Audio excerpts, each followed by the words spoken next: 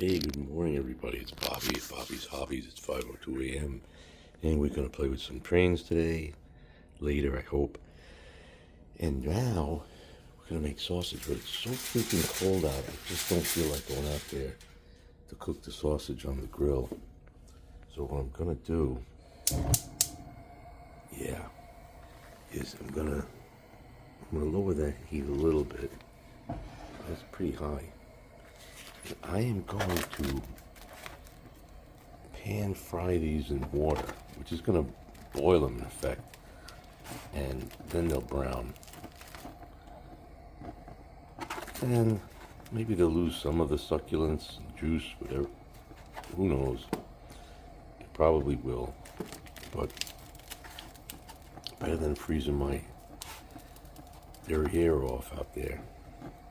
And by putting the water in the pan, I can kind of leave it alone for a while, and it won't burn. I probably don't have to keep it on that super high heat either. I'm gonna lower it to a medium, because once the water starts boiling, that's gonna bathe them. Probably should add a little more water.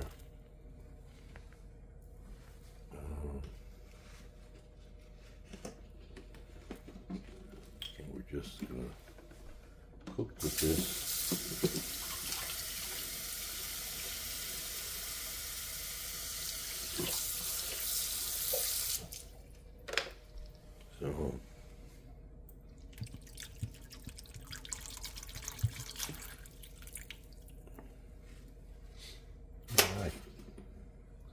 So we'll leave that a while, and eventually this will start cooking. We'll come back and take a look.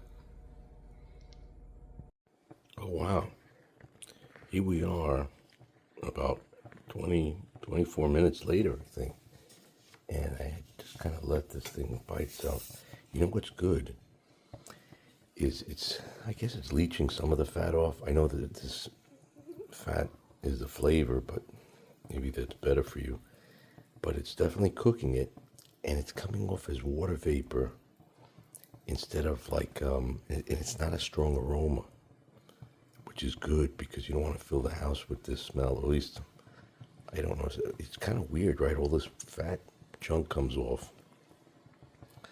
But see, then when I finished, see, like there was still a part of it that was, well, now they turned it there was like see the little remnant of like raw. So this is actually a thorough way to cook it.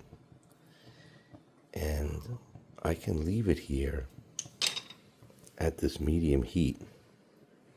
Probably another 20 minutes to be totally cooked, but the water's coming off. Eventually I could drain off this water and make beer out of it. No, I'm just kidding. Fat beer. No, I'm just kidding. But I could drain this water off and then brown it up, and it'll look like normal sausages. Now, there's still a ton of flavor in here. So the fact that some of the fat is leaching out, or whatever this weird stuff is, it reminds me of like something like they have in World War I, where, I remember they needed the bacon and the grease to make ammunition and weird stuff like that. I don't know how it's actually done. But we'll have some good sausages, and then maybe I'll just make either conventional pancakes, or maybe I'll make, George Washington Hoe Cakes. I got this cornbread mix. That could be pretty yummy. Although, there's all different flavors.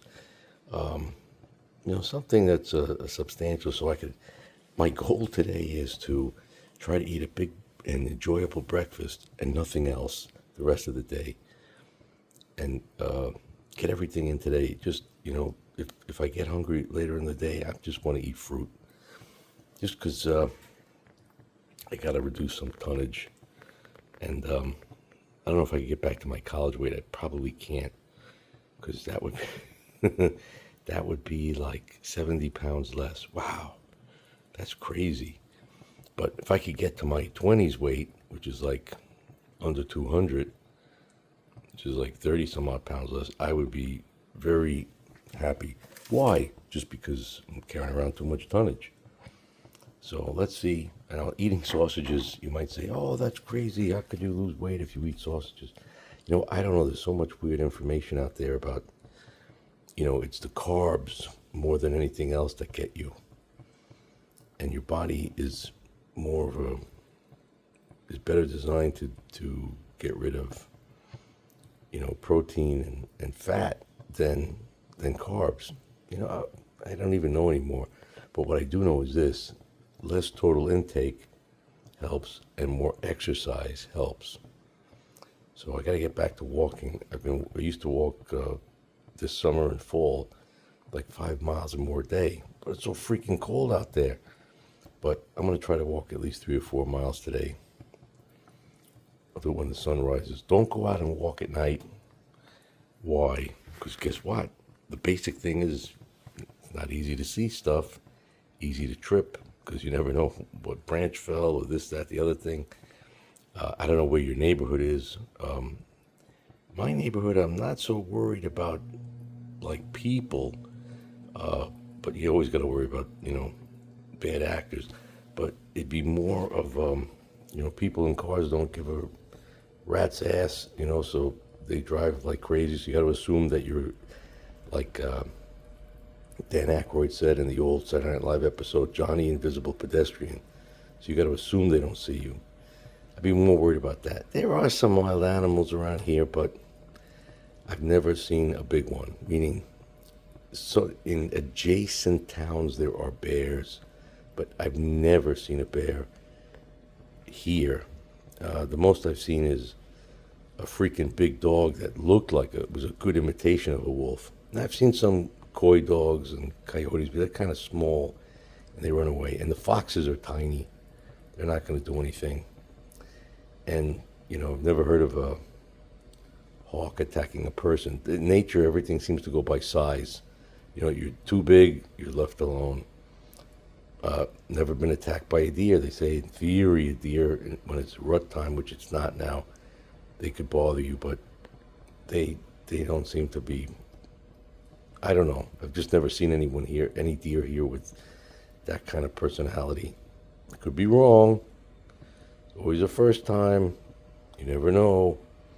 But now it's not like I'm in Churchill, Canada, where the polar bears are coming off the bay ice, and then they're coming around looking for your garbage.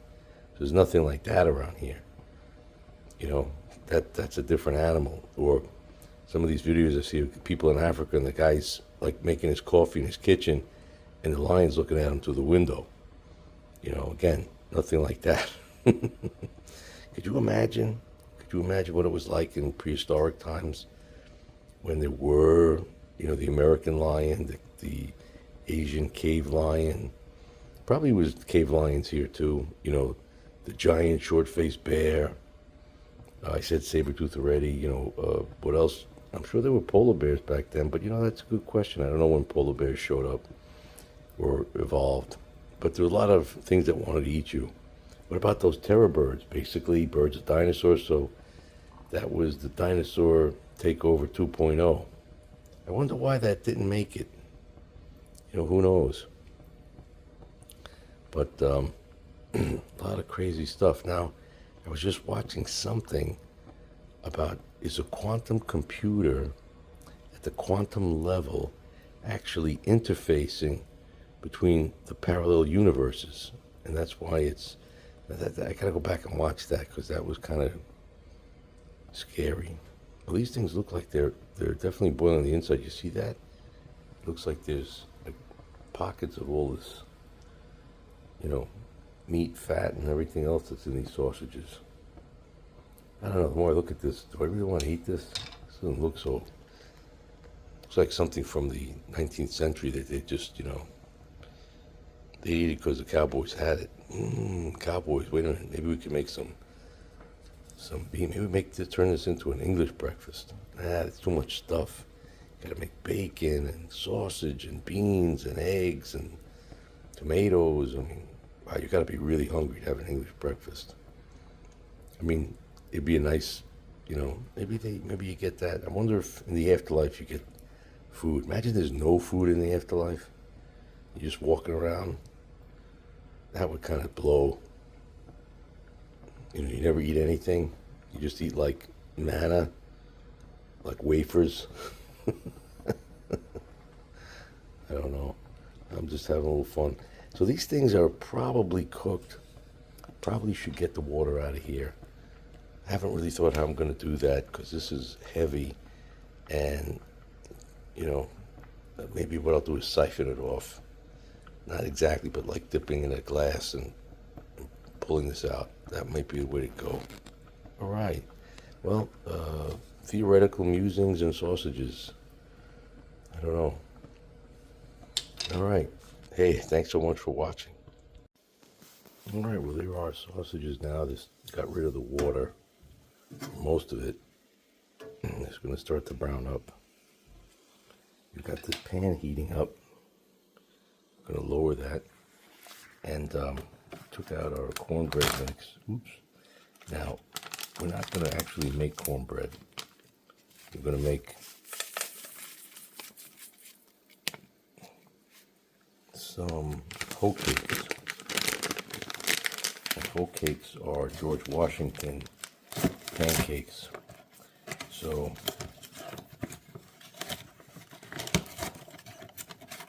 we're going to mix in a little pancake batter.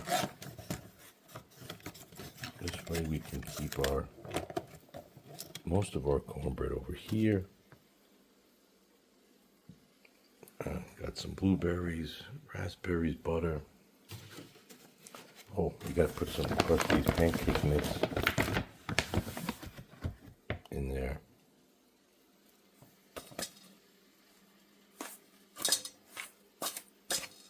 That's a goodly amount.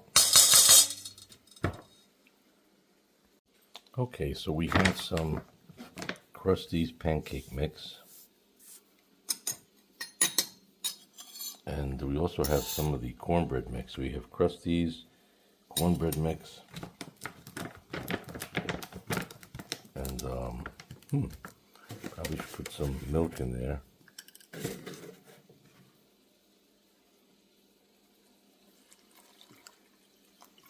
Okay, that's good. And I don't think I need oil in there because there's going to be butter in the pan. That's going to be more than enough of that. Let's see. I'm going to use the dangerous whisker. This is the one that's got a very heavy weight handle. It's a good mixer, but it's just that you can't leave it unless it's in a gigantic bowl. Okay, so we've got 3 ingredients in there. Cornbread mix, buttermilk pancake batter, and milk. Now what we have to add next are eggs. Okay, so now we got to add an egg into this. They are starting to brown up. But of course my favorite are World War II eggs.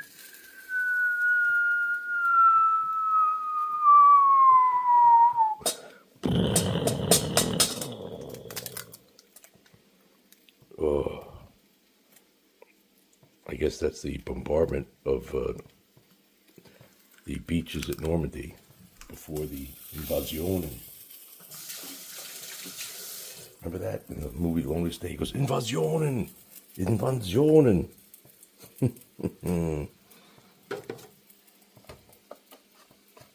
don't know what these lumpy things are in here.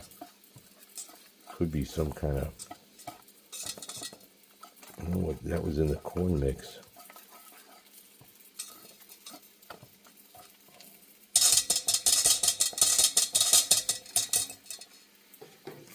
I think I'm going to add a little water.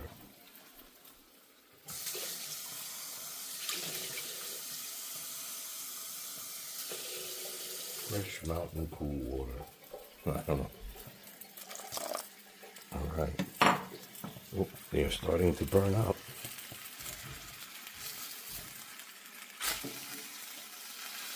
Oh, wow.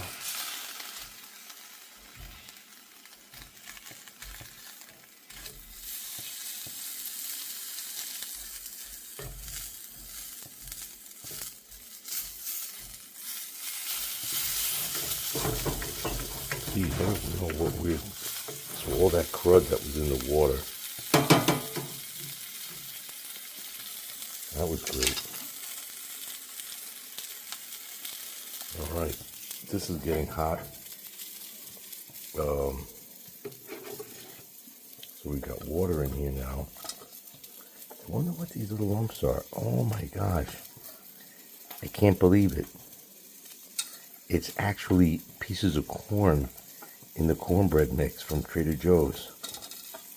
I am totally shocked that it's actual pieces of corn in there. It's like, what is this stuff that's not dissolving?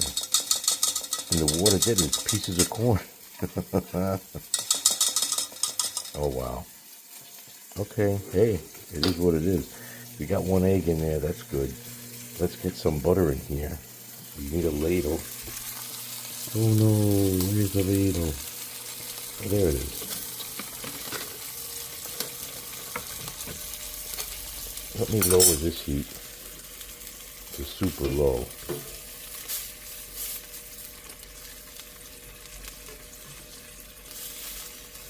You just want it to brown, not burn. And I'm going to put our ladle in here. So that's some real corn mixture pancakes, man. It's not, I guess that's their way of showing you it's got real corn in it. Okay, that's salty butter. Now we're going to raise the heat.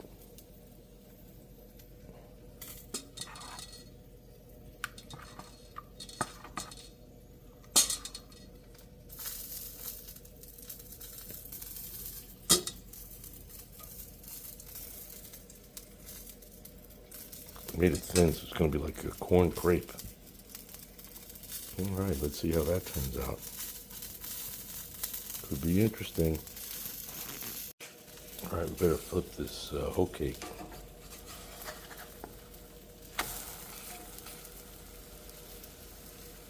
Yeah, this pan had a little lower heat, but that one's okay. All right, so we got to put a little more butter. And this is a fast cooking pan, so we have to be careful.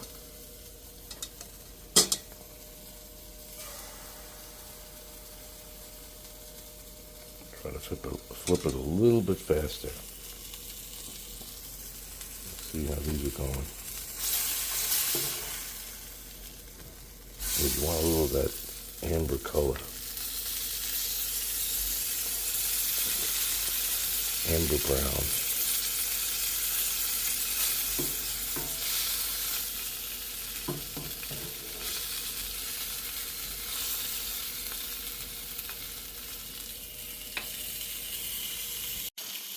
All right, well this one turned out great. I didn't turn the camera on during the flip, that's my fault. But just a few more seconds of paying attention, or a few less seconds of being in the heat.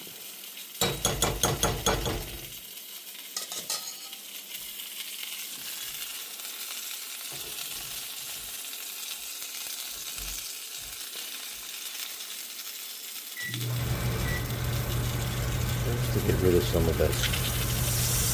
Oh wow.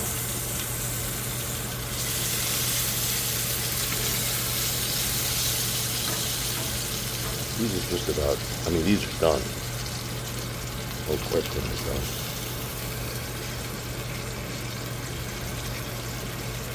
These are not brown for some reason. I want to get them brown.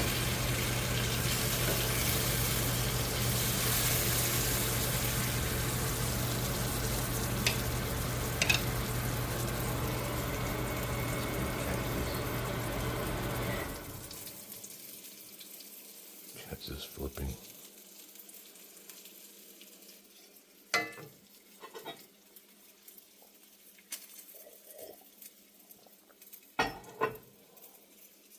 See, that's a perfect looking one. I I also moved the pan a little bit because it's got a very narrow flame focus.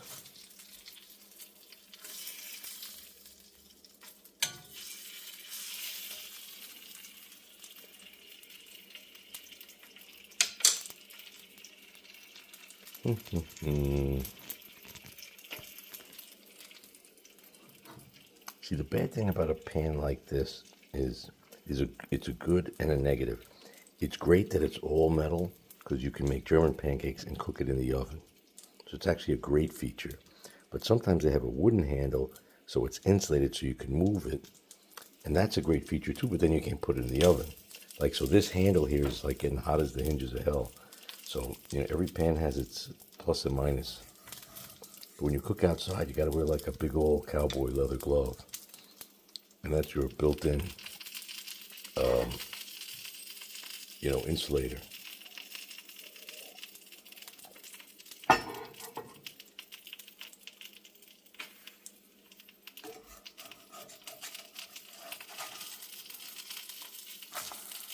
Nice. All right, that's pretty good.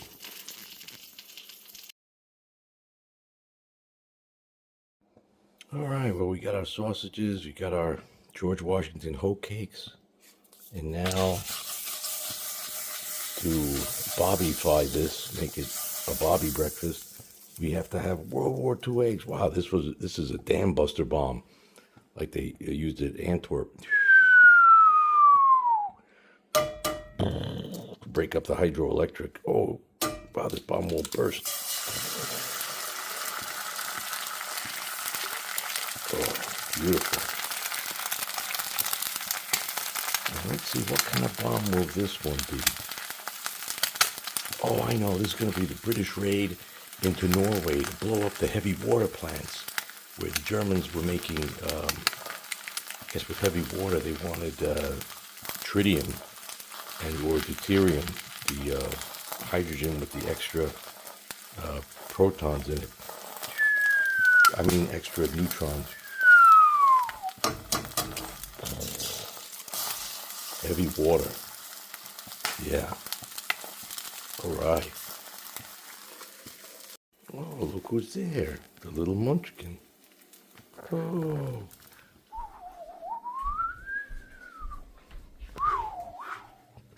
Oh, so get this plate for the eggs.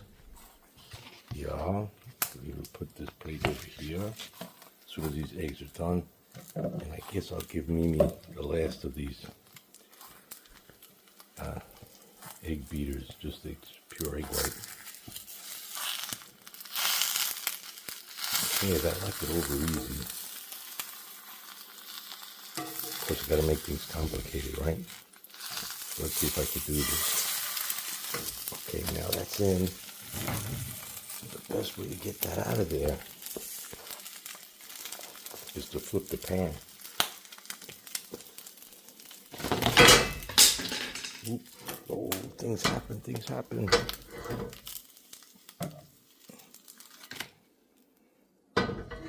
Things almost happened perfectly, but at least they didn't break. Yes, they didn't break. Okay, this goes into the sink. All right, and the egg beaters. So no harm. Look at that water. That was fantastic. All right. All right, well, here we are with our sunny over easy eggs with salt and pepper. And these are our George Washington Hoe Cakes with raspberries and blueberries and one sausage and one super difficult log cabin syrup that refused to open. So I'm most curious about the taste of the hoe cake. Sounds a little raunchy, the name hoe cake, but it is what, hey, George Washington, you know. He's a founding father. Let's taste it.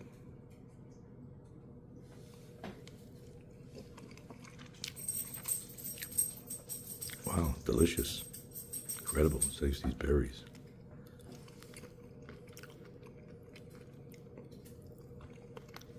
Very good. Take a bite out of the sausage. Cooked perfectly.